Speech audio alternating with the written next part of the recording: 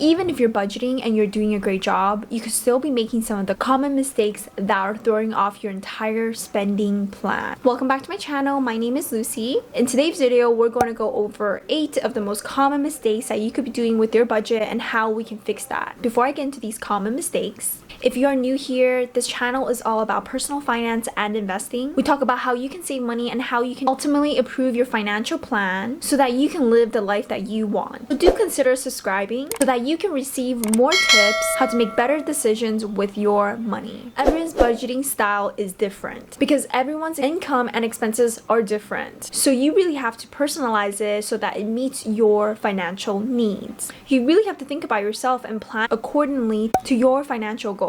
When you finally make a budget, you can realize all the benefits of having a budget in your life, and it will help you take off the burden and the stress of not having a financial plan for yourself. We're gonna go over 8 things that you could possibly be doing wrong with your budget and how you could fix it. Mistake number 1 is thinking that you don't need a budget. In reality, a budget is so important no matter what income level you are at. Regardless of how much money you make, there's always the risk of overspending and not saving enough. So a budget is for anyone and everyone. Even someone with good income can be living paycheck to paycheck because they don't know how to budget. A budget is a game plan for your money. It's a way for you to ensure that you have the money for the things that you need. Without a budget, you're more likely to overspend and undersave. But when you're able to follow your budget and keep it within a reasonable range, this will help you in the long run. The second mistake is failing to pay yourself. You need to think about paying yourself as if you're paying bills. You don't want to miss those payments. Pay yourself means that you're putting money away for your long-term financial goals first before anything else, as well as other short-term financial goals. Even if you're still paying off debts and you have other expenses, definitely try to get in the habit of saving, even if it's just a few dollars to a few $100s, and it's only maybe 5 to 10% of your income. If that's what you can afford, start getting into the habit of saving now. The importance of paying yourself is so that you can build long-term financial goals, whether that be to have a down payment to buy a house, or retire on time or retire early. Whatever your long-term financial goals would be, paying yourself first will help you get there. The third mistake is spending too much money in one category.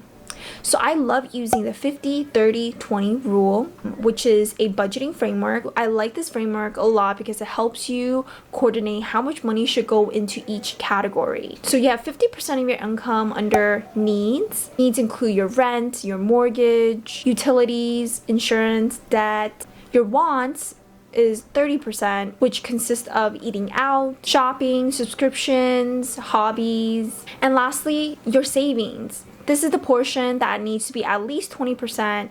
This is the pay yourself portion where you're either saving money for retirement, for an emergency fund, or paying off your debts. In another video, I go over the specifics of the 50-30-20 budgeting framework. I'll leave the link below in the description. You can check that video out and learn more about this easy to follow budgeting framework. If you follow a budgeting framework, you'll be able to live within your means. So even if you don't want to follow the 50-30-20 budgeting framework, you can create your own framework where you're only spending a certain amount of money for a certain category so that you don't overspend.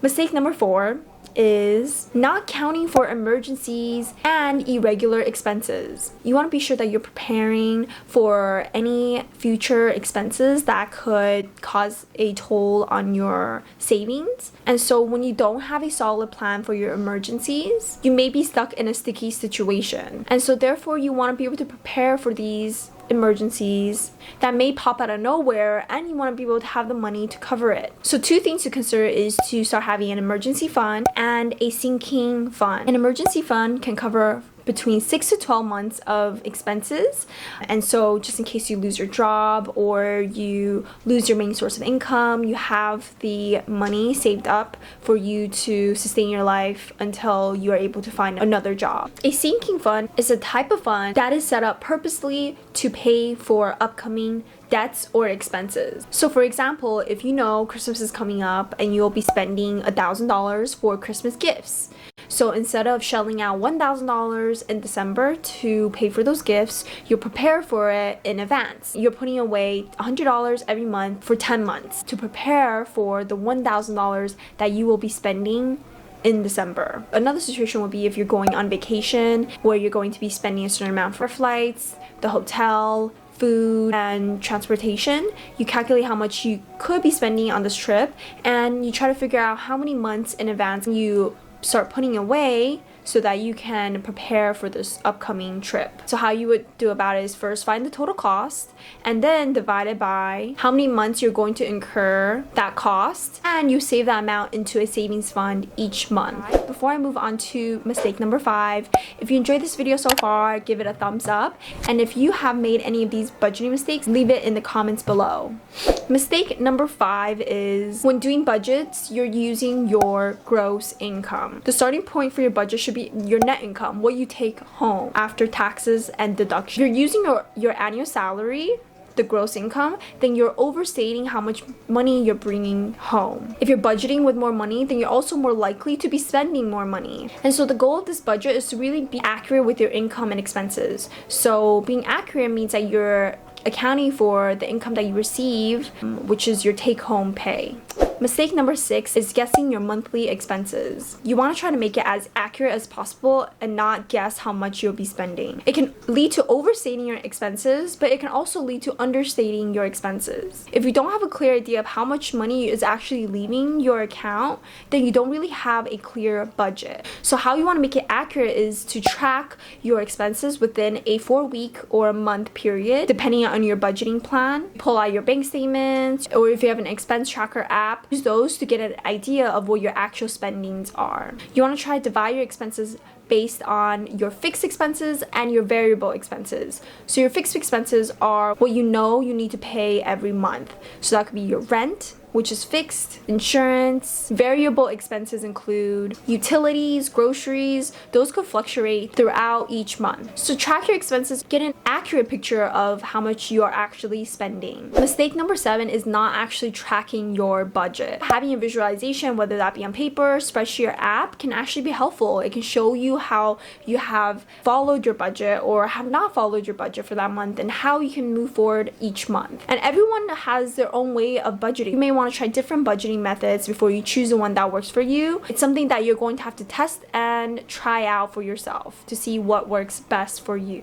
Mistake number 8 is you create a budget and forgetting about it. So the first step, and it's an easy step, is to actually create the budget. But what becomes hard is actually following through with the budget. So you need to constantly be taking action, tracking these expenses. Every time you go to a grocery store, listing, either writing it down on a piece of paper or putting it in your expense tracking app, whatever it may be, you need to start being mindful of the money that you spend everywhere you go if you want to have a successful budget. And it's something that you need to revisit, whether that be every week or every month, because sometimes significant changes may happen in your life, whether you get promoted and your income increases, or you brought on more expenses. Your financial situation will change throughout your life, and so you need to visit your budget as often as you need to. A bonus mistake is not having fun. If you're not setting aside money to have fun in your budget and do things that you enjoy doing, then budgeting will feel very restrictive. A budget is supposed to hold you accountable to work on your financial goals, track your expenses, and let you do the things that are fun. So make sure that you are also setting aside